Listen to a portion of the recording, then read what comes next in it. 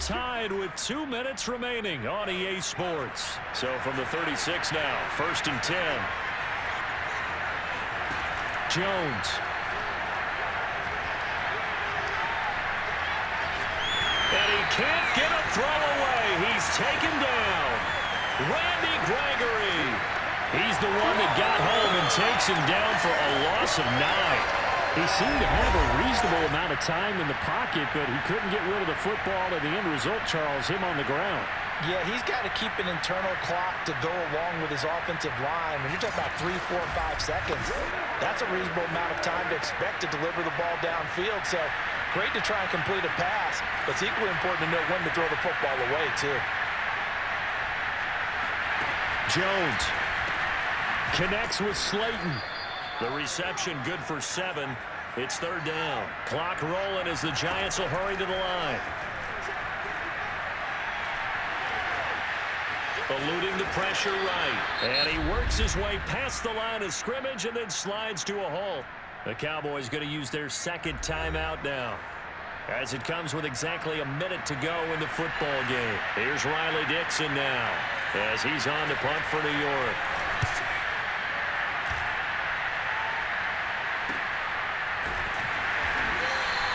A 40-yard punt, no return, and possession will switch hands, 1st and 10.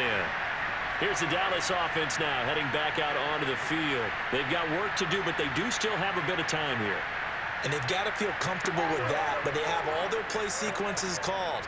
If they get out of bounds, that allows them to huddle and call another play. But if they don't, it's hurry up to the line of scrimmage and either spike it and stop the clock or continue to move it downfield in order to try and get in range and win this game. See if they can do just that.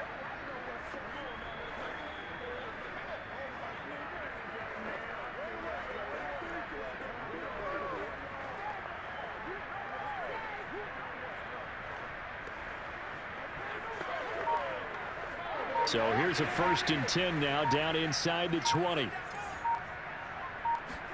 Prescott escaping the pressure right. Into the hands of Cooper. And he takes us beyond the 35 before going out of bounds. An excellent way to start the drive there, 18 yards. And partner, in a tie game in the 4th quarter, you and I both know in the NFL, that's when you lean on your stars. And he came through with a nice catch right there.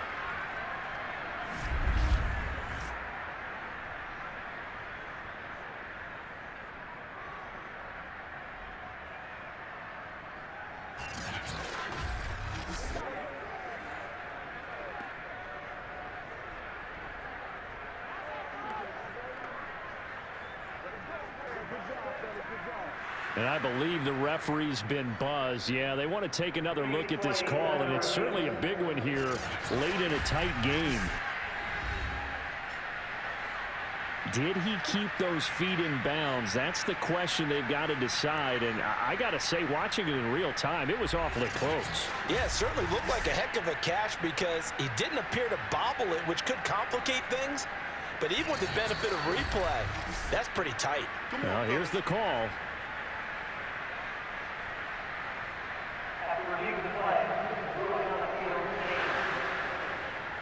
So the folks in New York just going to wind up confirming what the official saw, as this play will stand as is. So here's a 1st and 10 at the 38.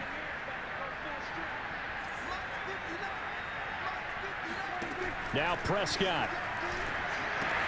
He's got Elliott, and that play went nowhere. Losing yardage. It'll be back at the 36.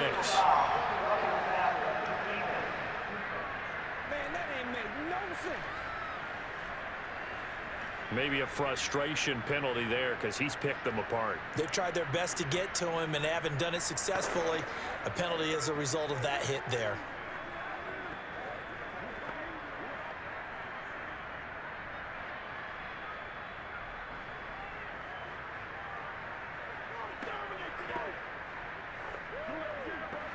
So now a fresh set of downs, 1st and 10 after roughing the passer.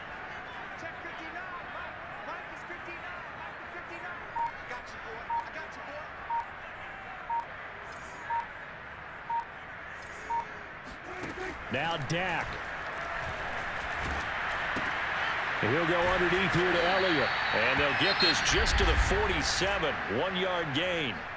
The Cowboys signal for their third and final timeout as the clock will stop with 35 seconds left to go.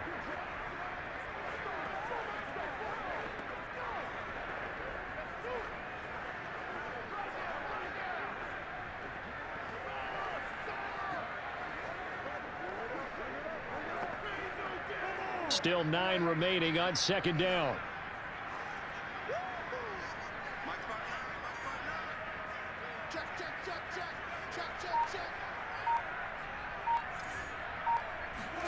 Here's Dak. And this one incomplete. Too much contact to hold on to that one, and it's third down.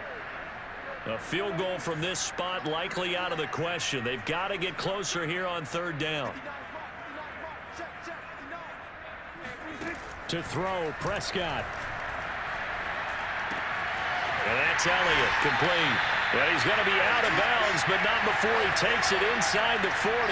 Give him 10 there, good enough for a Cowboy first down.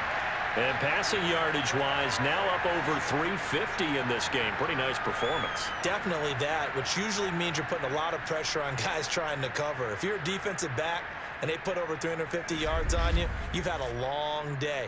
The key to everything, if you're doing it without throwing interceptions or turning the ball over.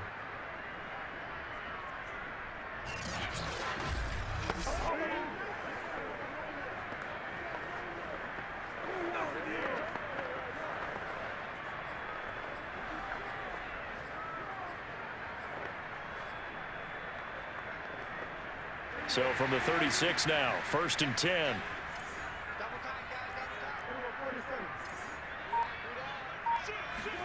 Here's Prescott. Flushed out right. And he's left with no option here but to throw it away. I see you nodding your head up and down. It's a very heady decision at this stage of the game. Out of the pocket, nowhere to go. Just get rid of it. That's a smart play because you're not worried about your completion percentage, and you're also not trying to force it into bad traffic as well. Throw the ball away, live to fight another down.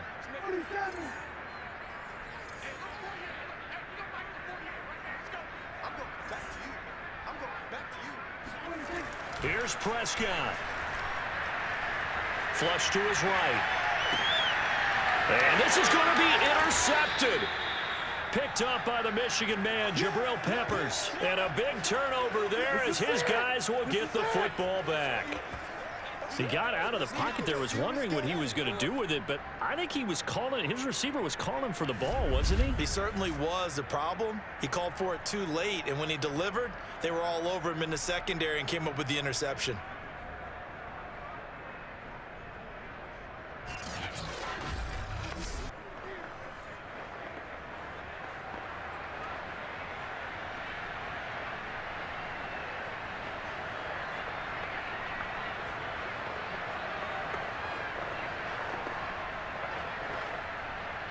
The Giants offense at the line, ready to begin their next drive. They have a little bit of time here to get into field goal range. Not much. A tie game, you don't want to do anything crazy, right? I agree with you on that one. Risk reward, okay? If you go for it, what is the absolute reward on this? But the risk is probably greater. Run the clock out, get to overtime, and try and win it there. All right, we'll see if they do just that. It's a little teaching moment here. Overtime rules. Remind us how this goes, partner. Okay, so in the past, we had sudden death. First team to score wins, but no longer. Now, if the team receives the ball, scores a touchdown, they win the game. If they kick a field goal, though, or don't score, the other team gets a possession. And after both teams get a possession, then we're into sudden death. First team to score wins the game.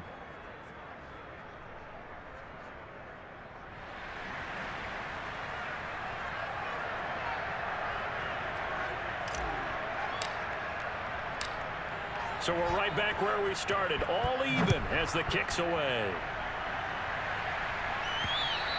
And they will not get a chance to return this one as it's through the end zone for a touchback.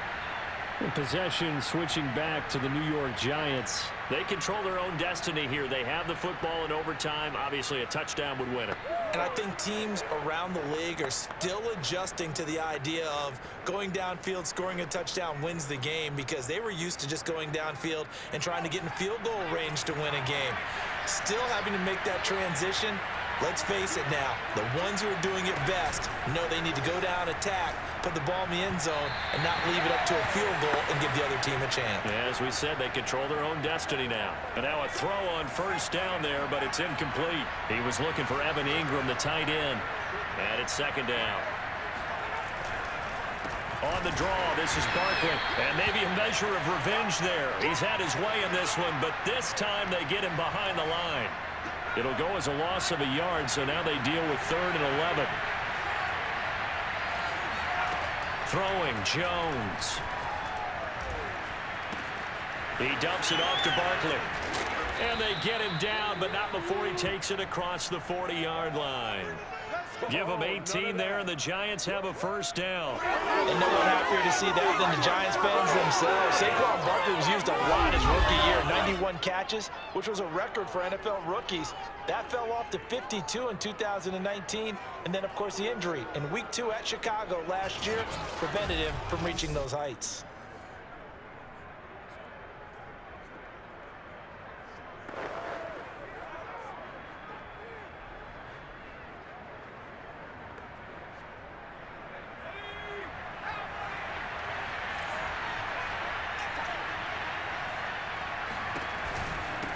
First down, Barkley, and very little daylight there. He'll get a couple up to the 44.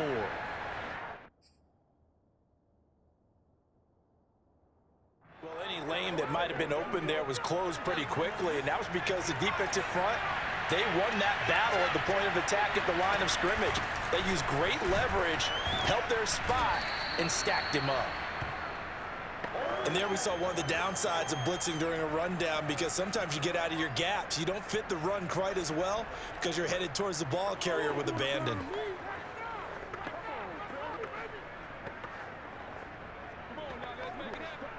Hoping to keep this OT drive alive. Now they face a 3rd and 2.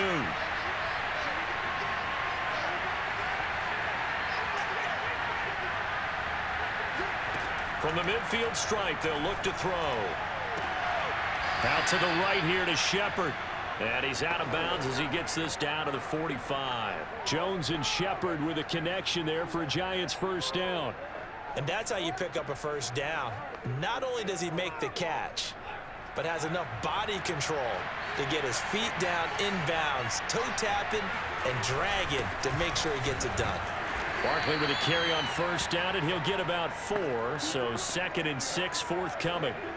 Well, on every play call, you realize it's not going to go for a touchdown. So a lot of your calls are setting things up for maybe later in the game, trying to establish the inside run with toughness now, hopefully get to the perimeter later. And let's face it, you could do worse than a 4-yard run on first down.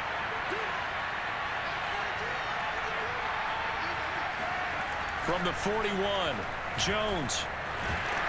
Jones in trouble here, and down he goes. Osa Odighizuwa breaking through to get him to the ground. It's a loss of 7. Enough takes a start to have a good drive, quite like a big loss on a sack, does it? Now they're looking at a 3rd and long, and suddenly the momentum shifted to the other side of the football. And old Mo is a very, very fickle man.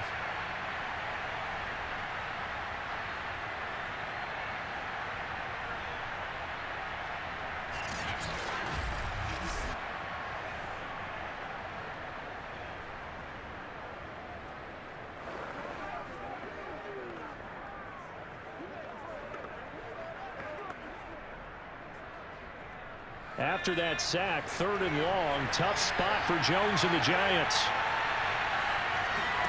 Now on 3rd and long, they'll look to throw. He wants it all for the end zone. And this will be caught. It's a touchdown. An absolute stunned silence here as they have come in and stolen this one in overtime. As the fans exit back out through the turnstiles, not happy looks on their faces. Feel like they probably let this one slip away at home in overtime. I would agree with that, and their unhappiness, Hurts the guys at concession stands on the way out, right? Not stopping to buy something for the kids. They just want to get home. But what a dramatic way to finish this bad boy off. I mean, this game was dramatic all the way through. That's why we got to overtime. And then to go ahead and finish it this way, the fans screaming out unhappy. But the team that came in here and won this one on the road, they sprinted to their locker room. And speaking of buying things, dinner on you tonight, Davis. I kind of figured that was coming. So for the Giants, they move a step closer to 500 as their record improves to 2-3. And they'll return home next week to take on the LA Rams.